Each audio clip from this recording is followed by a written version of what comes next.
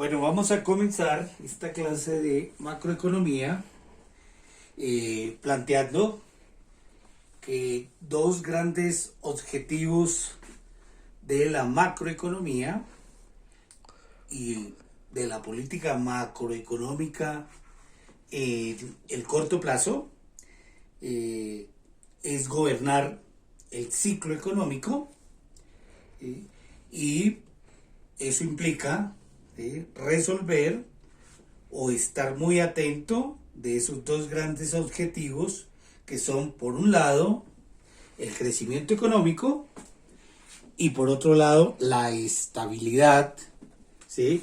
Que básicamente está referida a la estabilidad del nivel general de precios, que es la inflación. Crecimiento económico, entonces, es el primer gran objetivo. Y eso implica que la política macroeconómica debe estar orientada, como dije, a gobernar el ciclo económico, que en lo fundamental es evitar que la economía caiga en una recesión económica y sobre todo en una recesión económica profunda y de larga duración que puede terminar en una gran depresión como ocurrió en el 29 o en una gran recesión como está ocurriendo hoy como consecuencia del COVID, de la pandemia a nivel mundial, ¿sí? Y en ese sentido, no solo implica que evitar caer en una recesión, ¿sí?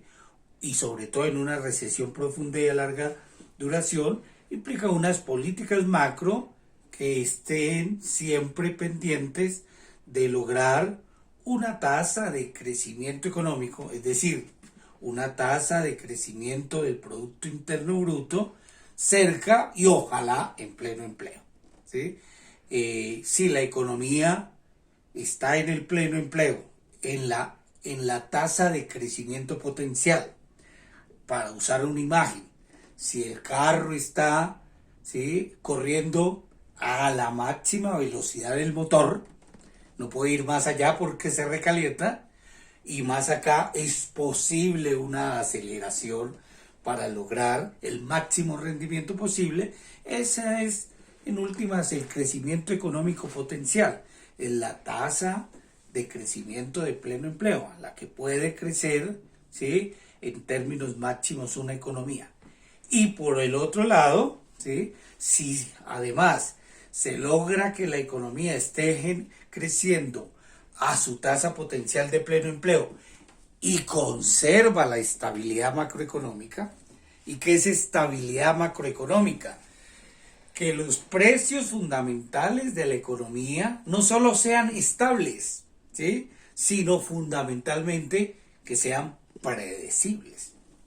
Estabilidad en macroeconomía, en economía, no implica que las variables, en este caso los precios fundamentales, no cambien, sino que los agentes económicos los puedan anticipar perfectamente, los puedan predecir, porque si los pueden anticipar perfectamente y predecir, ¿sí?, los incorporan en su toma de decisiones que garantiza la conservación del equilibrio económico, para que los agentes puedan predecir el comportamiento, por ejemplo, del nivel general de precios, la inflación. Se requiere que la inflación sí cambie, ¿sí?, sea estable o cambie, ¿sí?, de una manera tal que pueda ser anticipada perfectamente por los agentes. Eso implica que el cambio no sea brusco, ¿sí?,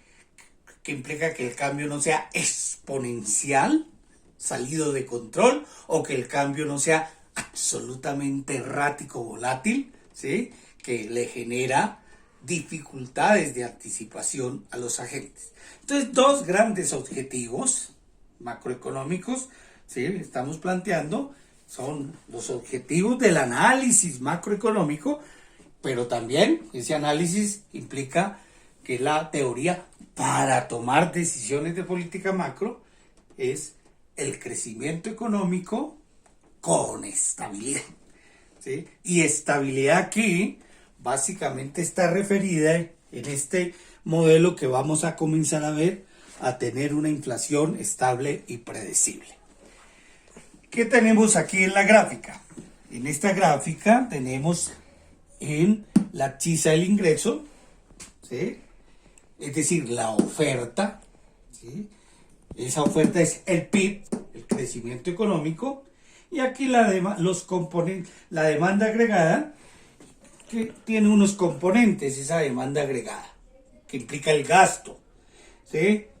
Consumo, inversión, gasto público, exportaciones menos importaciones. Es por eso que la identidad keynesiana básica es Y igual a consumo más inversión más gasto más exportaciones menos importaciones. Es decir, Y igual a la demanda agregada.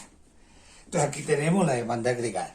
Esta recta, esta diagonal de 45,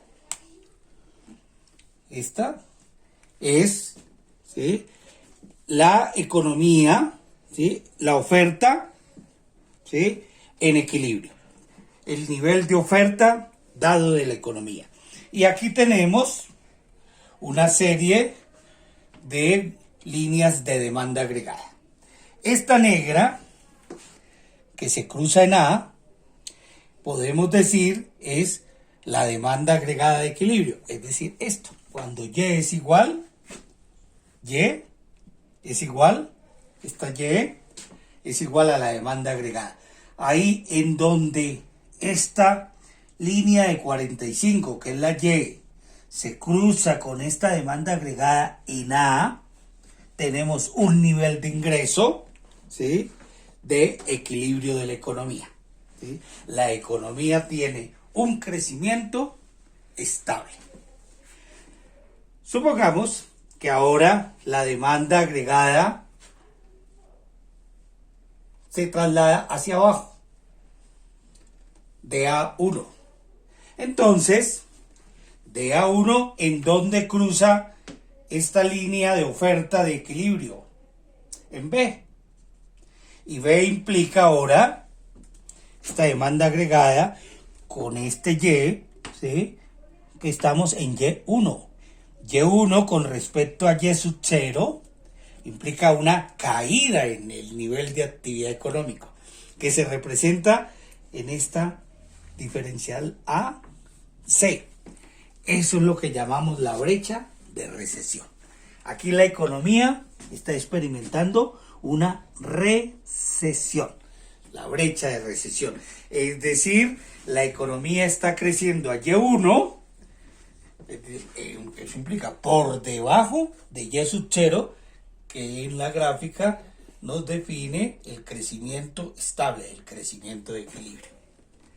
¿Sí? Entonces, aquí tenemos una brecha de recesión. Eso implica que la política macroeconómica debe activarse para llevar la economía de Y1 a Y sub 0, y eso se logra, veremos más adelante, con políticas macroeconómicas activas. ¿Y qué es una política macroeconómicamente activa? Una política que maneja la demanda agregada, que busca reactivar la economía, sacar la economía de la recesión, porque eso está implicando, ¿sí?, por, ¿sí?, definición económica, una tasa de desempleo alta. La economía no está creciendo. Supongamos que el crecimiento económico de pleno empleo potencial de la economía colombiana es 8% y estamos creciendo al 3%. Tenemos una brecha de recesión de 5 puntos que se está expresando en una tasa de desempleo del 10-12%. ¿Hoy qué tenemos? Hoy tenemos que si la tasa de crecimiento potencial de la economía colombiana es 8 y los datos se están mostrando por la pandemia que vamos a crecer al menos 7% o menos 8%, entonces estamos en una recesión profunda que se está expresando en tasas de desempleo cercanas al 20%. Y eso implica un crecimiento, ¿sí?, desbordado de la pobreza. En consecuencia, la economía hay que llevarla del -7 al 8%. Eso probablemente no lo vamos a lograr en el 2021. Nos va a costar 2, 3, 4, 5 años, suponiendo que se resuelve el problema de la pandemia, para recuperar todo lo que se ha perdido. Tenemos una brecha de recesión muy profunda. Pasemos a otro. Supongamos adicionalmente, continuando, que estamos ahora creciendo al DA, la demanda agregada se traslada al punto 2. Entonces, esta es la demanda agregada, este es el Y, la oferta de equilibrio. Entonces, ¿en qué punto está la economía? En D. Ahí se cruza Y con la demanda agregada, eso implica Y sub 2. ¿Qué es Y sub 2? Y sub 2 implica que la oferta está por encima de la demanda agregada de equilibrio. Hay una sobreoferta. Eso no es posible. Es decir, no es posible que la demanda agregada, ¿sí?, que la demanda, dada esta oferta, Y sub 0, esta es la demanda agregada aquí, de A sub 2, es mayor que Y de equilibrio. Entonces hay un exceso de demanda agregada. ¿Sí? Un exceso. La demanda agregada está en DA sub 2, que se expresa en Y sub 2. Y la oferta de equilibrio es Y. Esta es la tasa máxima en la que puede crecer la economía. Si la economía está en pleno empleo, ¿sí?, y la demanda agregada está por encima del pleno empleo, entonces, ¿qué sucede? No hay oferta posible para cubrir esa demanda. La economía está produciendo 100 unidades y la gente está demandando 150. ¿Qué sucede? Como no es posible eso, producir los 150, porque la economía está creciendo a lo que da su motor. El carro está a su máxima velocidad. La economía está creciendo al potencial. Si la demanda agregada está, ¿sí?, por encima, hay un exceso de demanda agregada, entonces eso se ajusta con un incremento de los precios. Esa es la inflación. Este punto A, con respecto a él, es la brecha de inflación. La economía entonces requiere, ¿sí?, corregir este problema. ¿Y cómo corrige este problema? De que no haya una brecha de inflación, porque si hay una brecha de inflación, la inflación se puede desbordar, genera expectativas inflacionarias. La gente espera que el futuro, ¿sí?, va a ser incierto en los precios. Y si la economía y los agentes están esperando para el próximo año 20% de inflación, entonces suben los precios todos, ¿sí?, para evitarse perder la inflación. E incluso, como hay expectativas, ¿sí?, pensarán que ya no será 20, sino 25, entonces empieza todo el mundo a subir los precios, ¿sí?, tratando de cubrirse, ¿sí?, de una pérdida en términos reales, por la inflación, y la inflación vía expectativas empieza a pasar del 25 al 30, al 50, y podemos terminar como en los años 80 en América Latina en una hiperinflación. El promedio de inflación en América Latina en la década de los 80, la llamada década perdida, fue de 180%.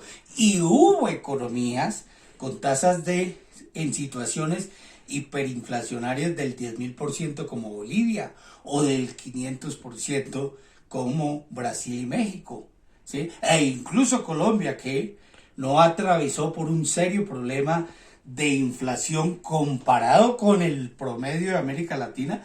Tuvimos una tasa de inflación del 30%, que la gente muchas no recuerdan, porque ya estamos acostumbrados desde hace una década a tasas de crecimiento de un solo dígito, incluso por debajo del 5%.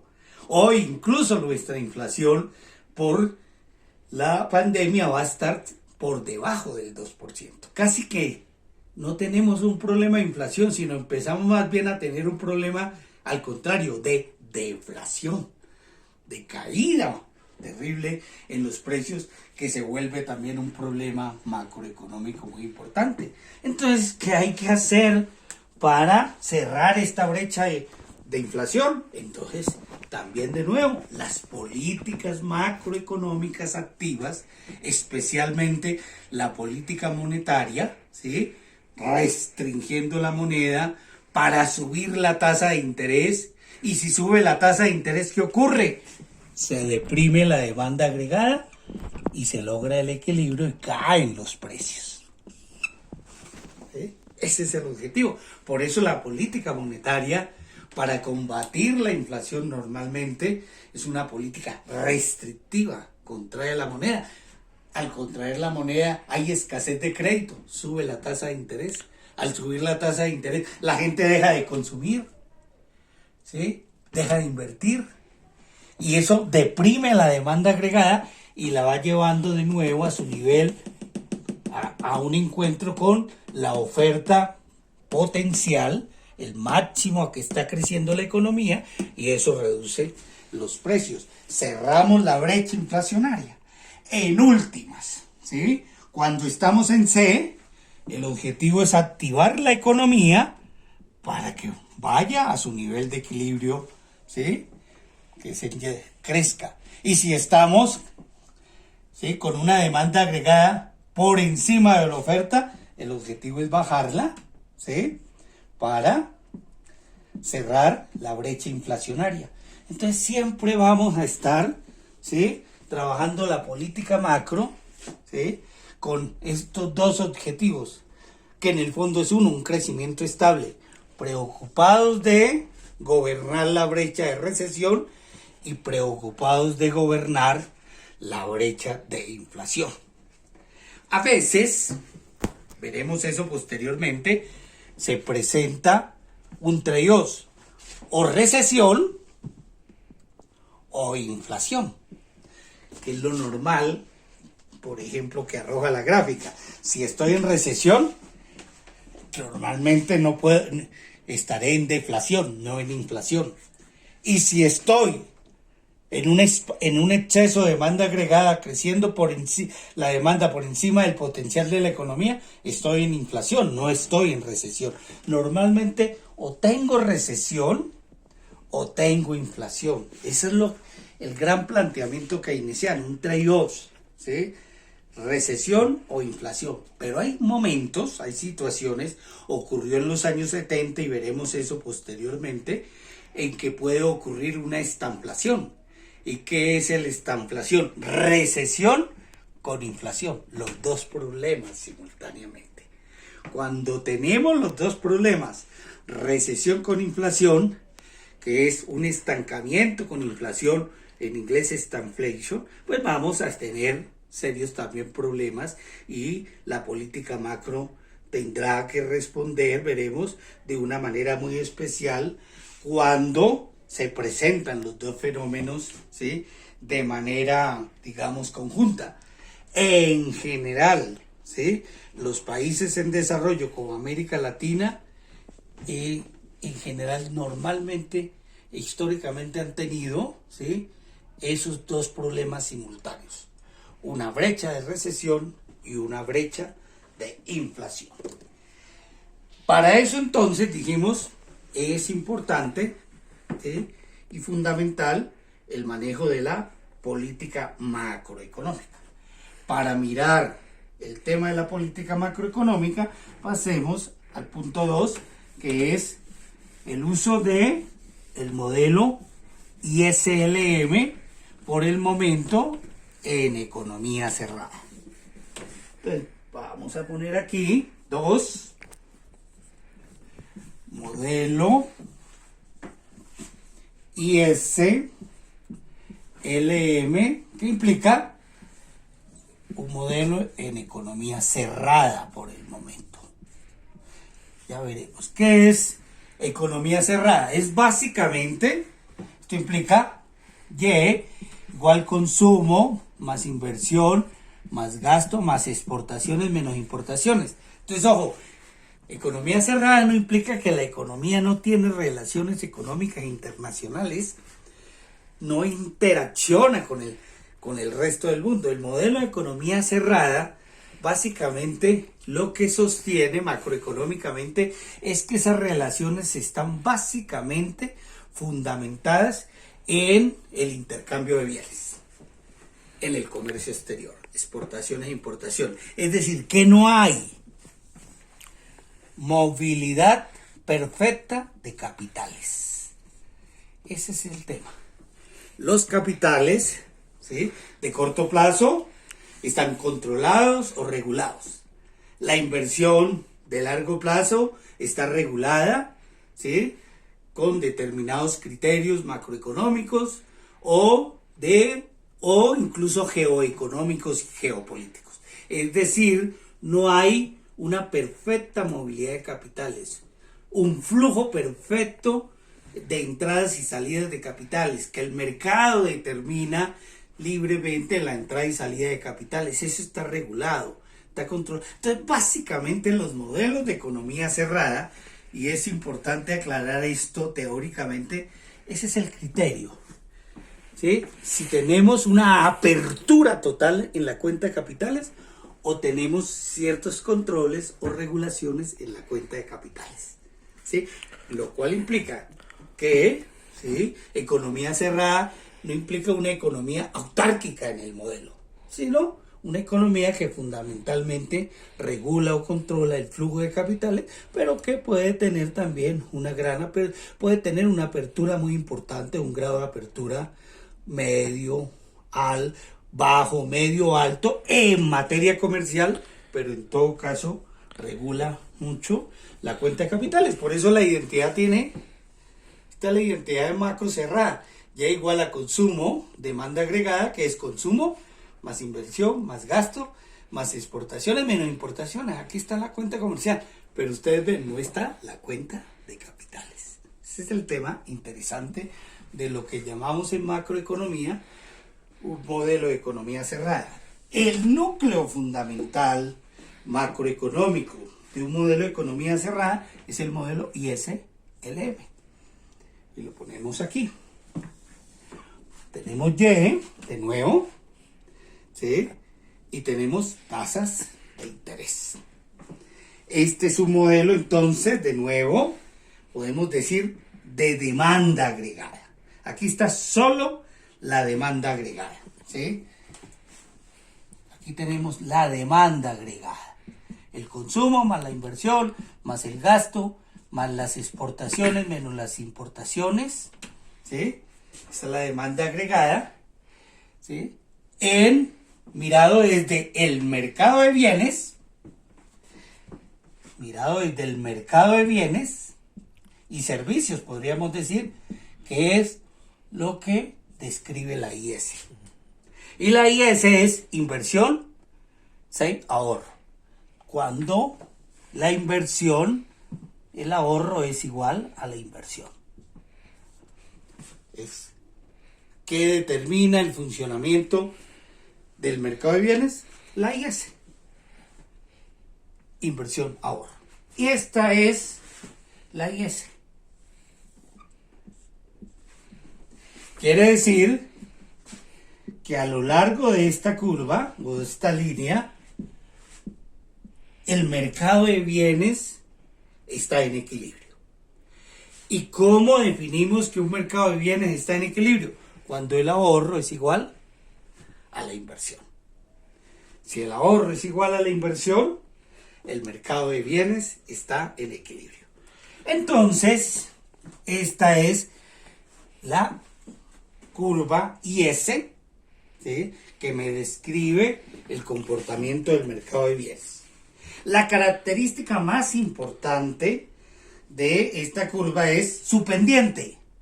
Su pendiente es negativa. ¿Por qué? Porque si sube, ¿sí?, la tasa de interés, está la tasa de interés, entonces vamos a ver, cae la inversión, y si cae la inversión, cae el ingreso. Entonces tenemos así. Supongamos que estamos en este punto. Esta es la tasa de interés RY. Si sube la tasa de interés, pues cae el ingreso. ¿Y por qué cae el ingreso? Porque al subir la tasa de interés, cae la variable fundamental de la IS, la inversión. ¿Sí? Entonces, detrás de esto, ¿qué hay además? Por eso la pendiente negativa, porque detrás de esto está, ¿sí?, dos funciones muy importantes de la IS. La función consumo, que es igual a un consumo autónomo, más la propensión marginal a consumir por el ingreso. ¿Qué nos dice la función consumo? Que el consumo es función positiva del ingreso. Si sube el ingreso, sube el consumo. ¿Sí? Que parece obvio, ¿sí? Y lo evidenciamos en nuestra realidad económica. Pero ¿sube en qué proporción? Dependiendo de la propensión marginal a consumir. Es decir, ustedes saben que hay economías como Estados Unidos que son consumistas. Eso implica que tienen una alta propensión marginal a consumir. De cada 100 dólares se gastan en consumo, pongamos, 70 dólares. Los japoneses parecen ser, siempre ha sido la idea de que es una sociedad, por lo menos hasta final del siglo XX, ¿sí?, con una propensión marginal a consumir baja. De cada 100 dólares se gastaban 40. Quiere decir que si en Estados Unidos de cada 100 dólares se gastan 70, el ahorro es 30. Porque 1 menos la propensión marginal a consumir, 1 menos esta propensión marginal a consumir es la propensión marginal a ahorrar. Entre más baja la propensión marginal a consumir, más alta la propensión marginal a ahorrar, y por lo tanto, ¿sí?, esa economía tiene una frontera disponible de inversión más amplia. Entre más alta la propensión marginal a consumir, más baja la propensión marginal a ahorrar y el horizonte de inversión es más estrecho. ¿Y de qué depende la inversión? La función inversión. De un componente autónomo y sub cero menos alfa, que es el multiplicador de la inversión por la tasa de interés. Es negativa. Por eso le pongo menos. Es decir, a medida que aumenta la tasa de interés, disminuye la inversión, como lo estamos viendo aquí, y cae el ingreso. ¿De qué depende la caída en la inversión ante un alza en la tasa de interés? Este alfa, que lo vamos a llamar la elasticidad de la inversión a la tasa de interés. Hay sectores en una economía que son muy elásticos, muy sensibles al alza en la tasa de interés. Las pymes, los negocios agropecuarios. Si le suben la tasa de interés, su inversión cae brutalmente. Hay sectores que son menos sensibles a un alza en la tasa de interés, tienen variables y fortalezas de holgura mucho más fuertes debido a la naturaleza sectorial o tecnológica o al tipo de procesos de producción o producto. El sector petrolero, si le suben la tasa de interés, no se resiente mucho la inversión. La inversión en el sector petrolero o en Amazon.com no depende tanto de la tasa de interés. Depende más bien de economías de escala, ¿sí?, del tamaño del mercado, ¿sí?, de si hay sustitución tecnológica, si tienen competencias de otros sectores. Entonces, las pymes, los sectores agropecuarios, las industrias muy intensivas en trabajo no calificado son muy sensibles a los cambios en la tasa de interés, y por eso una economía cuyo componente sectorial esté fundamentalmente sesgado hacia ese tipo de industrias, un alza, como es el caso colombiano de la tasa de interés, hace que caiga notablemente la inversión, nos genera una caída en el ingreso y nos lleva a una brecha de recesión. Que está Ahora, ¿cuál es la otra variable? La LM. ¿Qué es LM? El mercado de dinero. LM. Donde M es la oferta de dinero y la vamos a suponer que está dada exógenamente porque la fija con la política monetaria independiente un banco central. No es que no pueda cambiar, pero es exógena al mercado.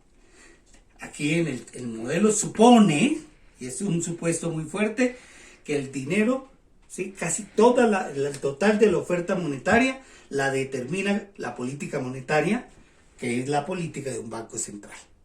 Hay teorías modernas, aclaro, que sostienen que el dinero no es totalmente exógeno, que hay un gran componente endógeno y que por lo tanto la oferta monetaria no solo está gobernada por el Banco Central, sino también por el sistema financiero que puede crear, ¿sí? O restringir, ¿sí? Oferta monetaria que los balances del Banco de la República, por ejemplo en Colombia, son el M2, el M3, el M4, etc.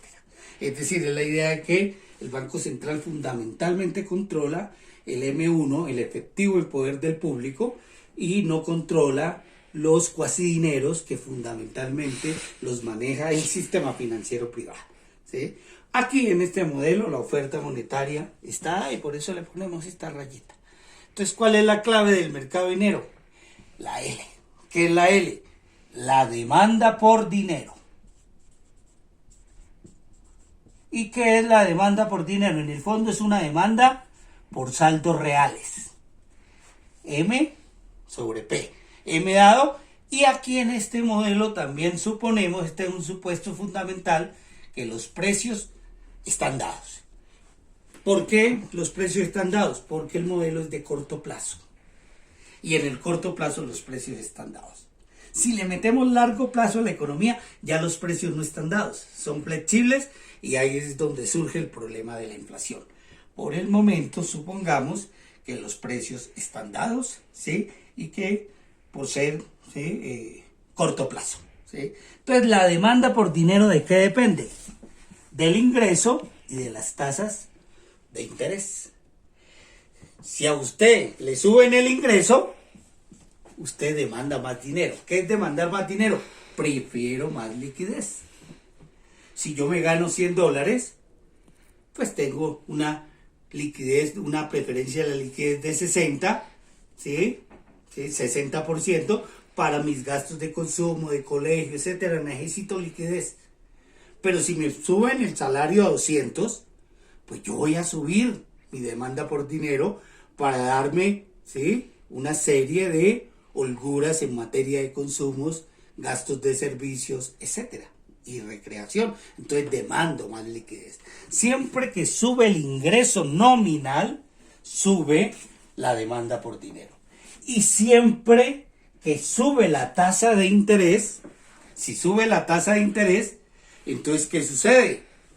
La gente prefiere ahorrar, dejar de consumir, aprovechar la tasa de interés que está alta, está subiendo. Entonces, si la tasa de interés está subiendo, pues yo dejo de demandar liquidez, prefiero mantener el dinero en depósito en los bancos o meterlo en un CDT. No demando liquidez, no prefiero liquidez.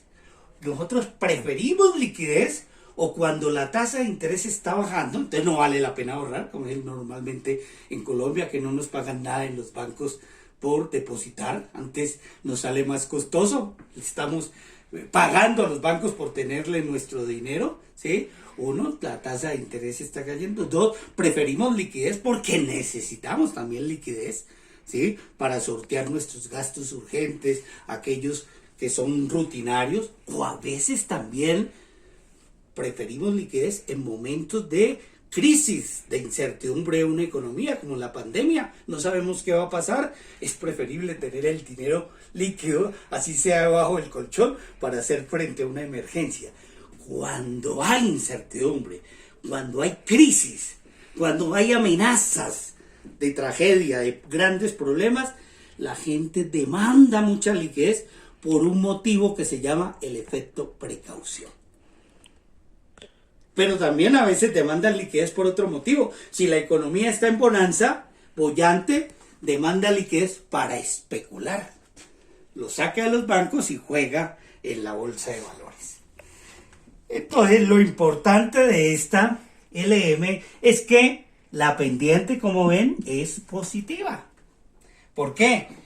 Porque siempre que sube el ingreso, ¿qué le pasa a la demanda por dinero?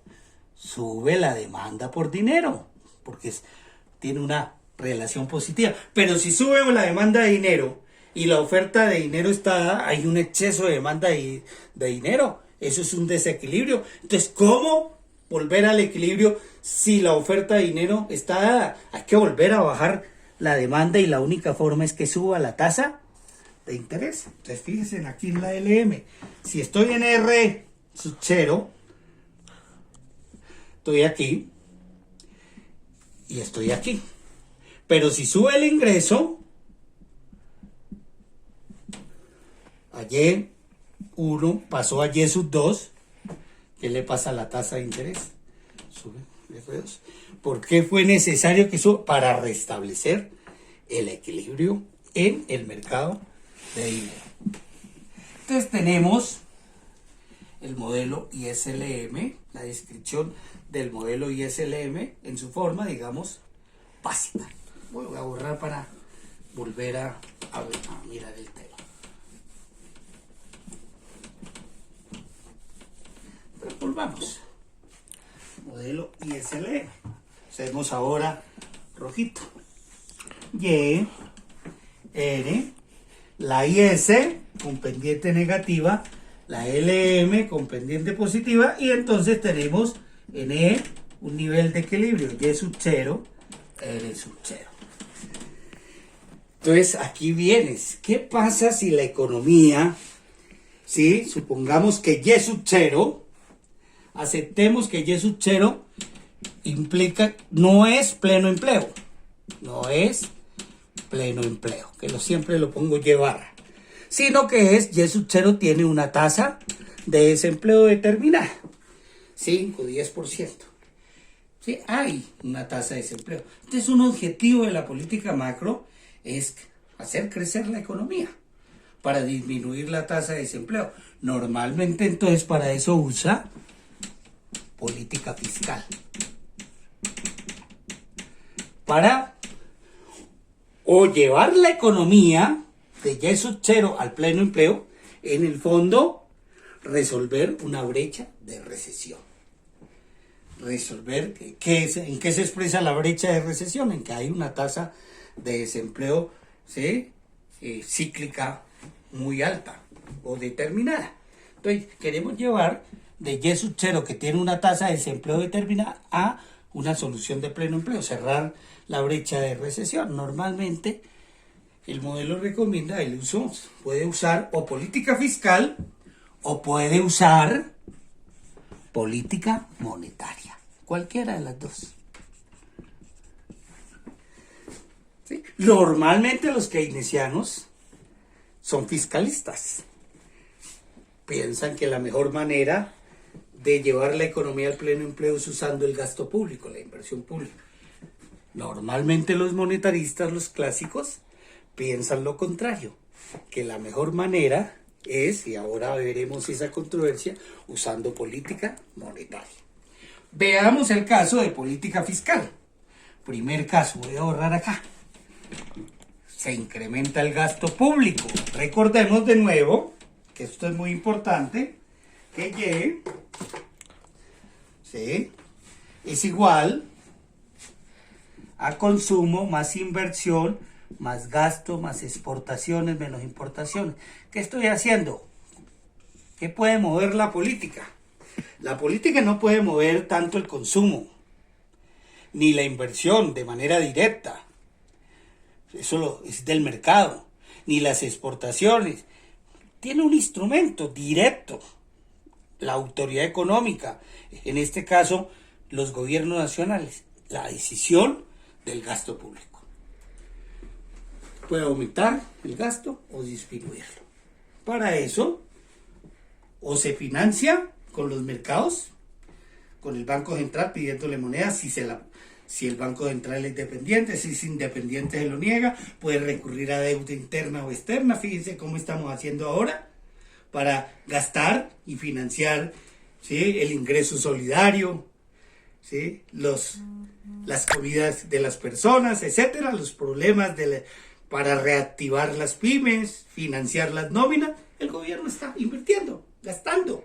¿Y cómo financia ese gasto si no ha hecho reforma y no ha subido impuestos? Porque no es un momento para subir impuestos hoy, ¿sí? Puede ser más adelante.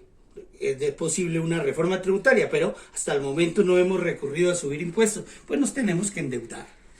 Sacamos préstamo con el Fondo Monetario, 11.000 millones de dólares, usamos los recursos que teníamos ahorrados en el fondo petrolero, las regalías, ¿sí?, lo que tenemos en los fondos en donde que maneja el gobierno nacional de recursos territoriales, y con eso se han invertido 20.000 millones de dólares, que es el plan de inversión que tenía pensado el gobierno para reactivar la economía y no lo ha logrado, o para enfrentar la pandemia. Entonces, gasto público, ese es un manejo, ¿sí?, que lo puede hacer o con moneda, si lo financia el Banco Central, o con deuda, si lo financian los bancos privados, los recursos que tengan en territorios, en regalías, en fondos especiales, o con préstamos internacionales, Fondo Monetario, banca privada, o también, como posiblemente lo hagamos más adelante, que todo el mundo está planteando la necesidad de seguir gastando,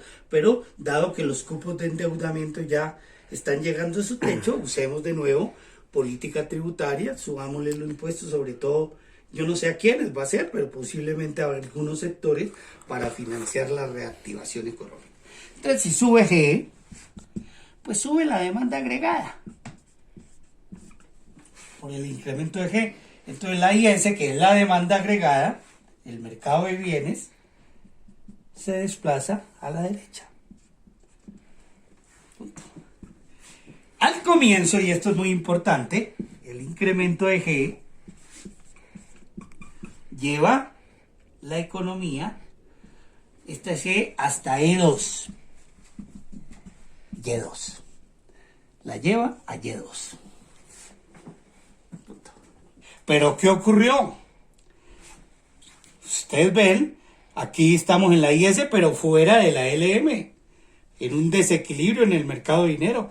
Aquí está la oferta de dinero, pero dado que subió la demanda agregada por el incremento del gasto, la gente está demandando mucho dinero, ¿sí?, por el incremento del ingreso. Entonces, ¿qué pasó? La demanda por dinero subió, y como la demanda de dinero subió, hay un exceso de demanda de dinero. ¿Por qué? Porque M está dado. Como hay un exceso de demanda de dinero, tiene que subir la tasa de interés para restaurar el equilibrio en el mercado de dinero. Sube, mire, la tasa de interés AE'. Y ahí sí tenemos IS', LM en equilibrio. Pero ¿qué ocurrió? Subió la tasa de interés y subió el ingreso de Y0 a Y1, pero bajó de Y2 a Y1. Entonces, la política fiscal, como vemos, el resultado es que ahora la economía está en R1, Y1. ¿Qué implica eso? Un alza en las tasas de interés, pero un incremento en la actividad económica de Y0 a Y1. Logramos el objetivo, disminuimos la tasa de desempleo, ¿sí? Reactivamos la economía, vamos cerrando la brecha de recesión, pero subió la tasa de interés, ¿sí? Y la economía subió la tasa de interés porque en un momento se fue hacia aquí, pero ocurre que hay un exceso de demanda por dinero y tiene que subir la tasa de interés. Entonces, el resultado final de la política fiscal es un efecto neto positivo en el incremento del ingreso, del crecimiento económico y disminución de la tasa de desempleo, pero tiene un costo muy importante, que es un incremento en las tasas de interés. Eso es lo que ha generado una gran controversia entre los keynesianos y los monetaristas. Y esa controversia se da en torno a algo que se llama el crowding out, que podemos traducirlo en español como efecto desplazamiento. ¿Qué quiere decir eso? Que un incremento del gasto público, de la inversión pública, desplaza inversión privada. O sea, el aumento de la inversión pública desplaza inversión privada.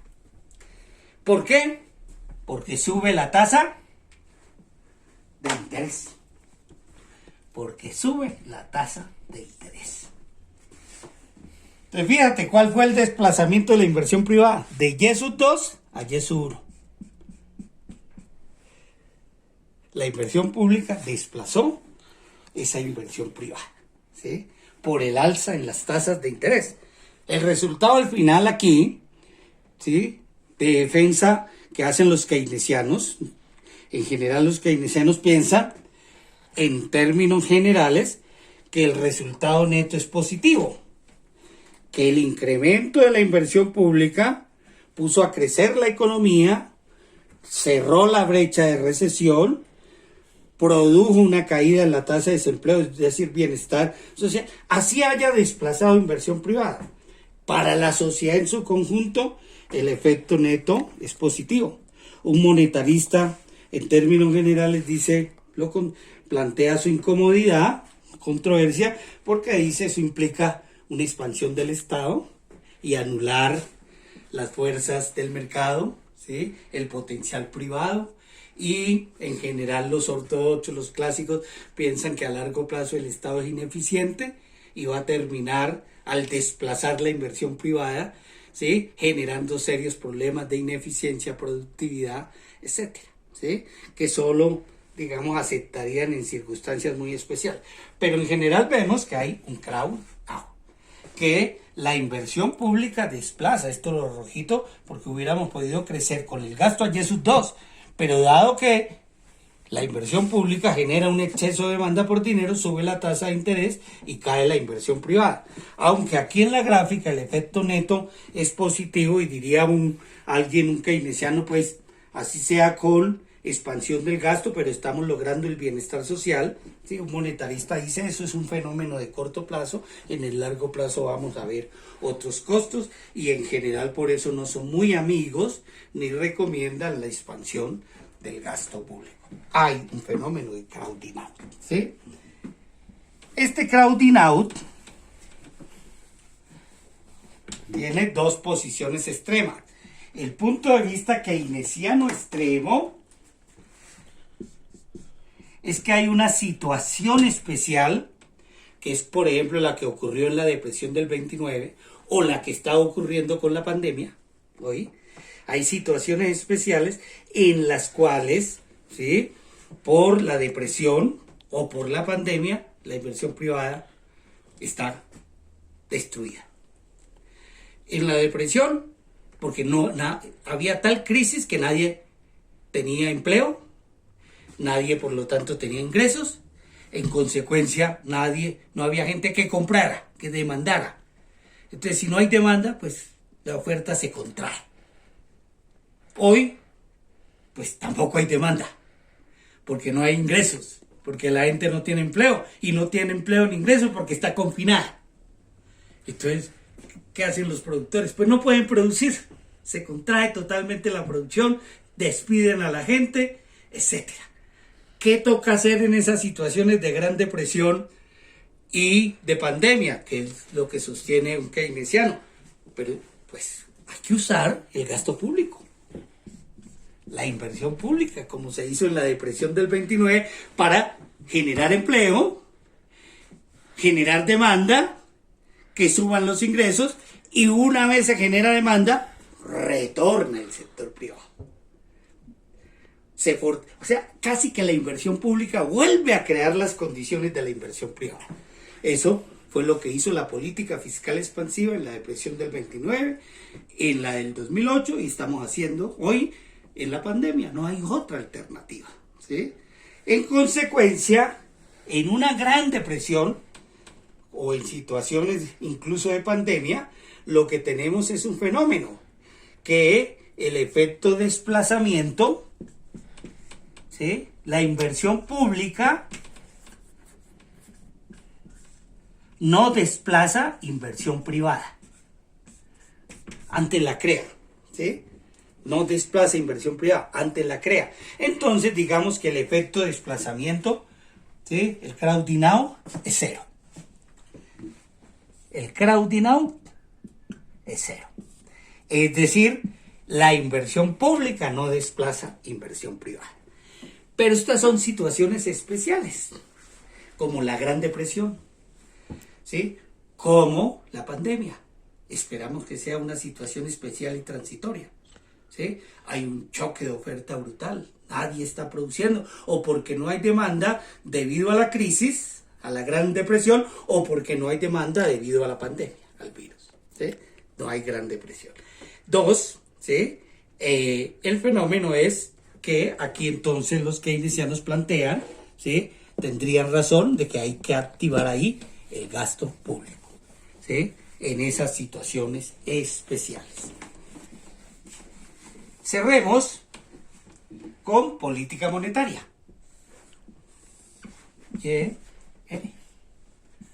La IS, la LM, situación de equilibrio, y es sub 0, eres sub 0. ¿Qué es la política monetaria? Pues expandir M, que está, entonces ahora pues aceptemos que la liberamos y se incrementa M. Si se incrementa M, la LM se desplaza a la izquierda, al punto E', y como vemos, baja la tasa de interés, y al bajar la tasa de interés sube el ingreso. Entonces la política monetaria expansiva también sube el ingreso, cierra la brecha de recesión. ¿Cómo? ¿A través de qué mecanismo? Al bajar la tasa de interés, aumenta la inversión privada, no el gasto público, y aumenta el ingreso. A los monetaristas les gusta más por eso esta solución. Expandir la moneda para bajar la tasa de interés y cerrar la brecha de recesión por la vía de la inversión privada. Los keynesianos les gusta más aumentar el gasto, subir la tasa, reactivar la economía, así se suba la tasa de interés por la vía del Estado. Eso es la gran controversia keynesianos monetaristas. Los unos le dan cierto poder importante, los keynesianos, al Estado. Los monetaristas son fundamentalistas del mercado, pero hay que aceptar que en determinadas situaciones especiales, como fue la Gran Depresión o la pandemia, no hay más que hacer que ser keynesianos. Pero hay otras situaciones, como hubo en los 80, donde tenemos un serio problema de inflación que hay que tener, ¿sí? Hay que manejar mucho mejor la política monetaria, pero en ese caso por la vía de la restricción monetaria, contrayendo la moneda para subir la tasa de interés, bajar la demanda agregada y cerrar la brecha de inflación. Los keynesianos les gusta más el manejo fiscal, los monetaristas se inclinan más por el modelo monetario, los modernos, ¿sí? Somos más pragmáticos y creemos que hay que combinar tanto política fiscal como política monetaria. Política Smith, dependiendo de las circunstancias.